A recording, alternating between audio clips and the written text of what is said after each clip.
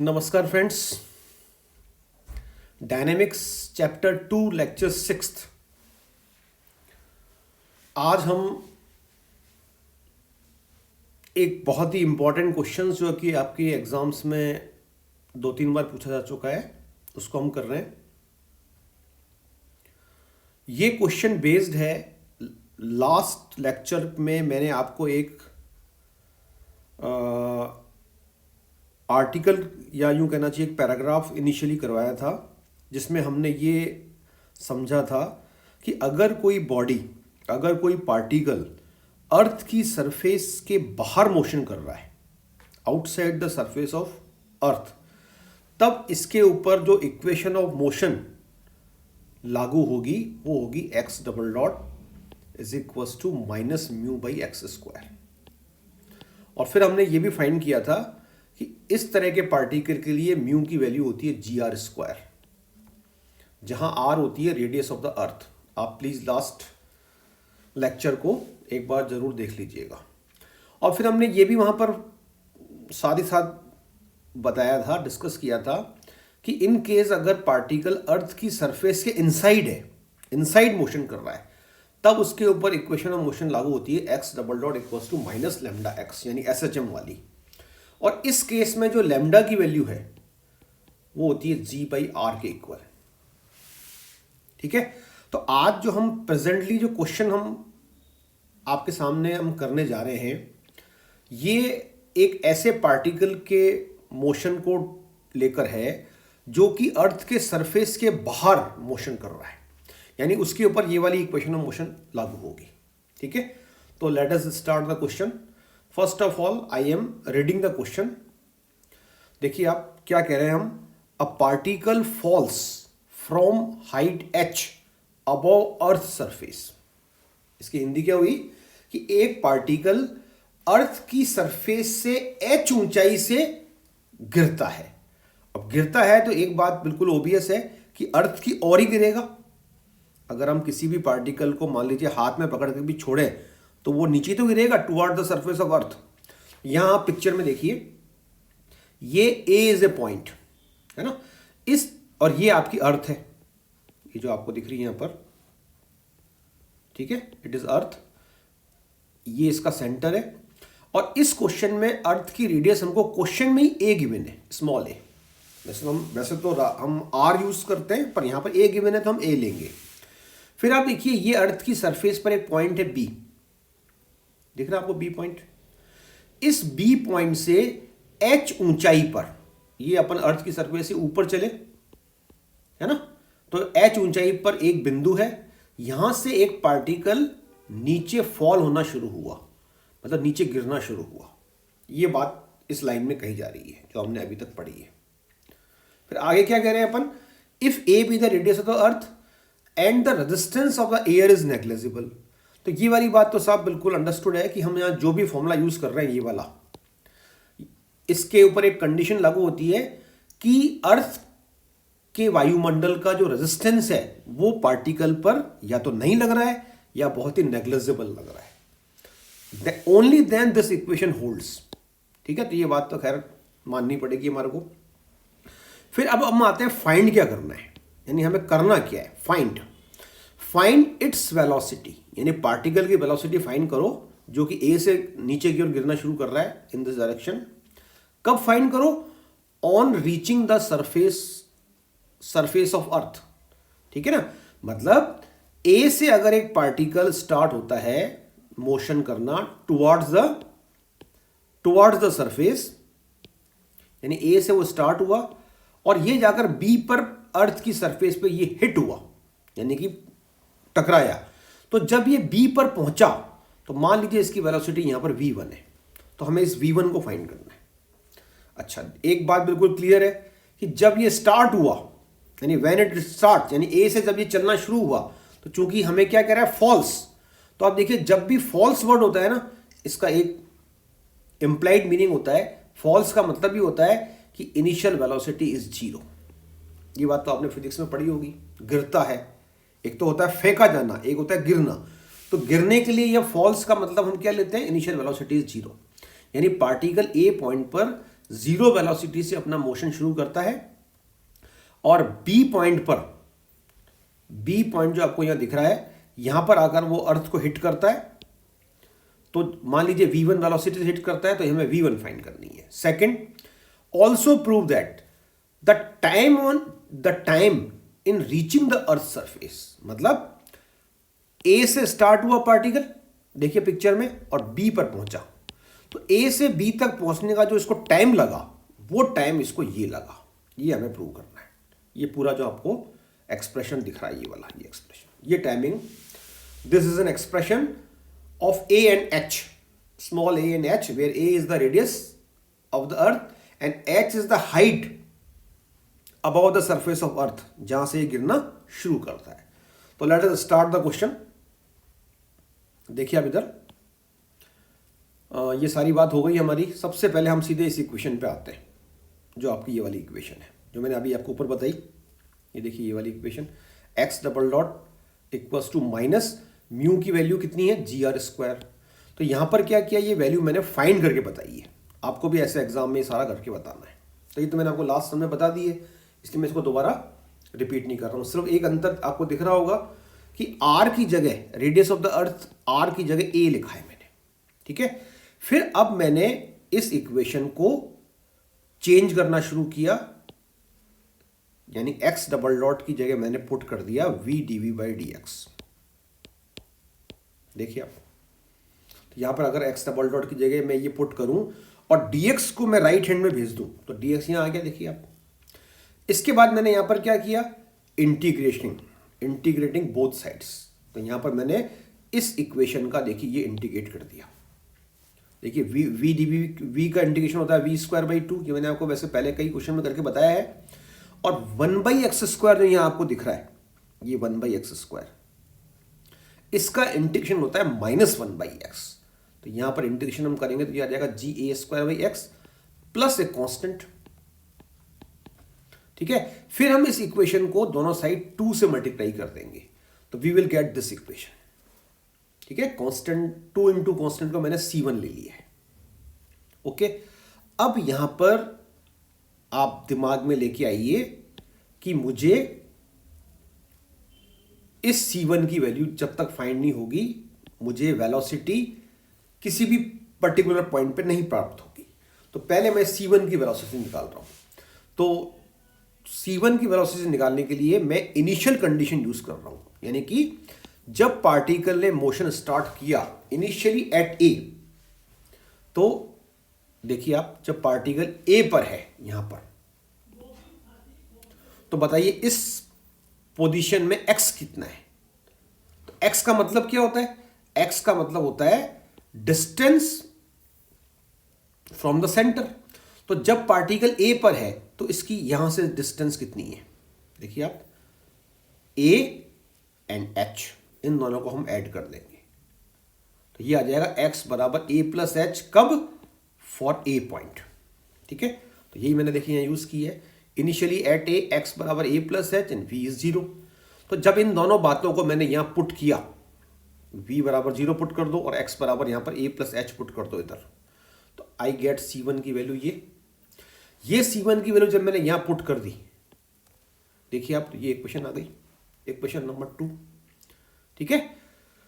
अब आप थोड़ा सा अगर दिमाग लगाएंगे तो आपको पता पड़ेगा कि ये इक्वेशन हमने जो आर्टिकल किया था, एक आर्टिकल किया था हमने, कौन सा वाला, motion under inverse square law, वहां पर हमारी इक्वेशन क्या थी, वहां पर हमारी ऐसी इक्वेशन आई थी, v² बराबर, याद कीजिए, आई थी म्यू 1/x माइनस 1/a। और वहां मैंने आपको कहा था कि हो सके तो इसको आप याद कीजिएगा, ठीक है। तो अब आप इन दोनों को जरा कंपेयर कर लीजिए, देखिए क्या अंतर आ रहा है। सॉरी, वहां पर शायद यहाँ 2 भी था, 2 म्यू, ठीक है ना। तो देखिए केवल अंतर क्या आ रहा है कि ये म्यू की जगह आपको यहाँ GA² दिख रहा है, तो वो तो होना भी चाहिए क्योंकि ये अर्थ वाला क्वेश्चन है। अगर अर्थ से रिलेटेड क्वेश्चन है तो म्यू की, अर्थ से रिलेटेड भी कौन सा, ऐसे पार्टिकल का मोशन जो अर्थ की सरफेस के बाहर है, तो म्यू की वैल्यू GA² आएगी। और दूसरा डिफरेंस क्या आ रहा है, A की जगह आपको A प्लस H दिख रहा है। बताइए ऐसा क्यों हो रहा है, why here we are finding a plus h instead of a? Yes, because यहां पर मोशन जब पार्टिकल स्टार्ट करता है, यानी इनिशियली पार्टिकल के लिए x a प्लस एच है, और वहां पर जब हमने आर्टिकल किया था तो वहां पर इनिशियली x बराबर a था, तो ये डिफरेंस आ गया साहब। अब आपको क्या करना है, देखिए इधर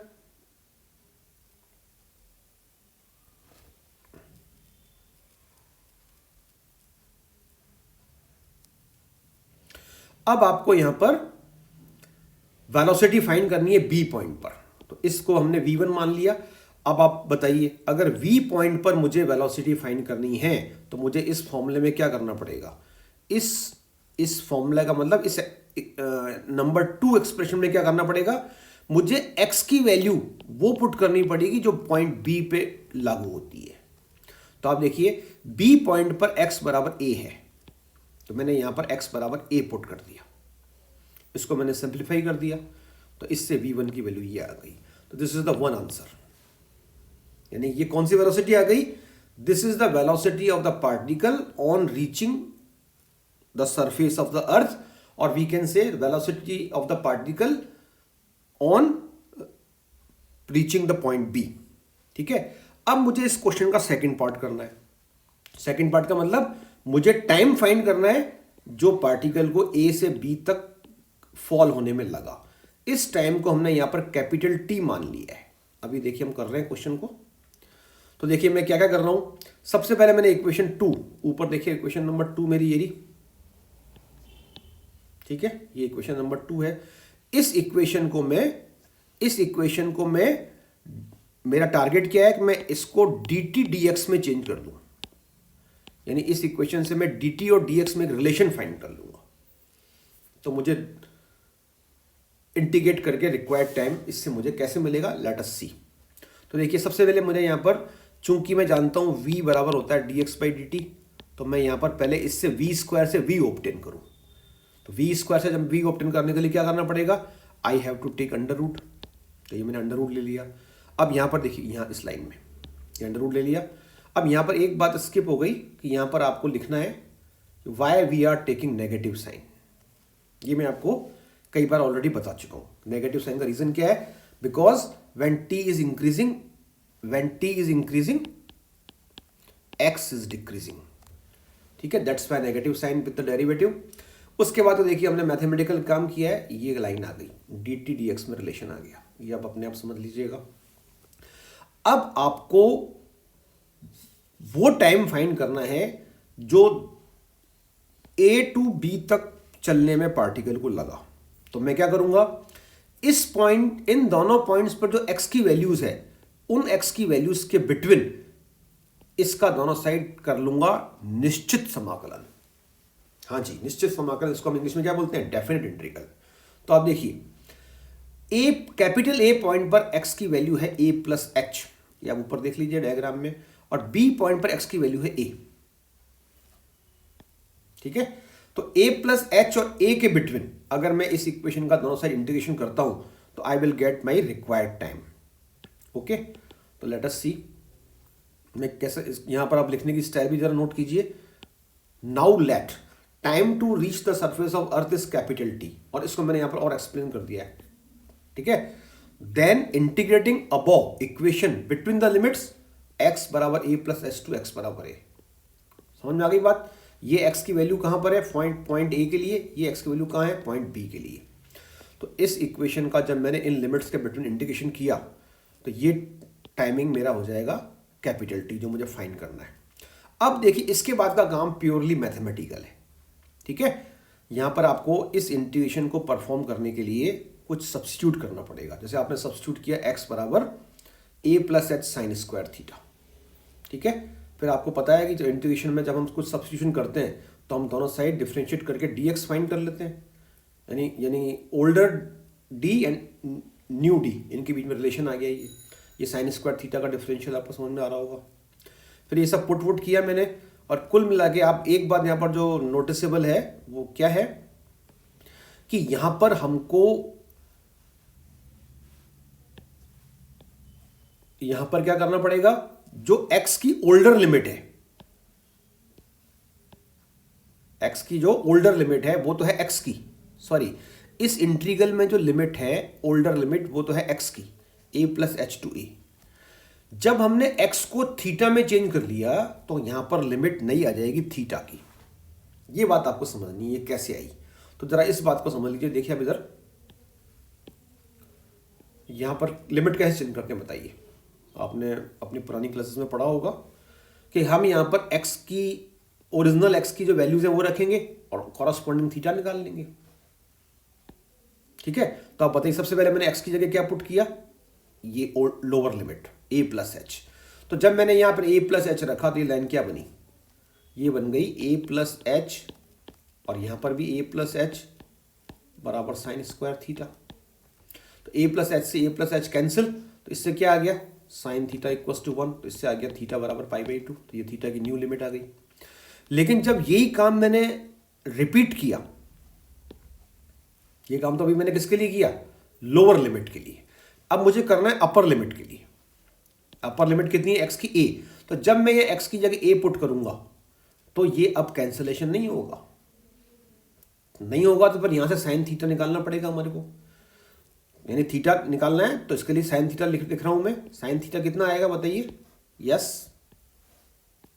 साइन थीटा कितना आएगा यहां से, इस इक्वेशन से साइन थीटा आ जाएगा a upon a plus H under root. और फिर इससे थीटा निकालने के लिए मैं इसका इन्वर्स ले लूंगा। तो आप नोट कर रहे हैं यहां पर लिमिट, आई होप समझ में आ गई होगी आपको। इसके बाद बिल्कुल ओबियस है, देखिए इंटीग्रेशन वगैरह लंबा हो रहा है वीडियो, इसलिए मैं शॉर्ट कर रहा हूं। अब एक और बात जो यहां समझने की आ रही है वो क्या आ रही है कि यहां पर आकर आपको अब लिमिट पुट करनी। अच्छा एक बात मैंने यहां छोड़ दी है, वो आप अपने आप कर लेना। आप नोट कर रहे हो कि यहां पर टिक लग रहा है ये दो जगह, तो ये मैंने वही लिमिट आपको लिखनी है जो यहां लिखी है ये वाली। चूंकि ये जगह कम थी तो मैंने खाली टिक लगा के छोड़ दिया है। यानी यहां पर आपको π/2 लिखना है और यहां पर आपको साइन इनवर्स जो ऊपर लिखा है वो लिखना है, ऐसे यहां पर। ठीक है, इसके बाद हम लिमिट फिल करने का काम कर रहे हैं। तो ये आप थोड़ा सा इसको अंडरस्टैंड कीजिएगा क्योंकि प्योरली मैथमेटिकली काम है ये। यहां तक तो आपको दिक्कत नहीं आएगी। अब यहां पर अगर एक फॉर्मूला अप्लाई किया हमने π/2 माइनस साइन इनवर्स एक्स बराबर कॉस इनवर्स एक्स का, तो ये मैंने देखिए ये पुट कर दिया।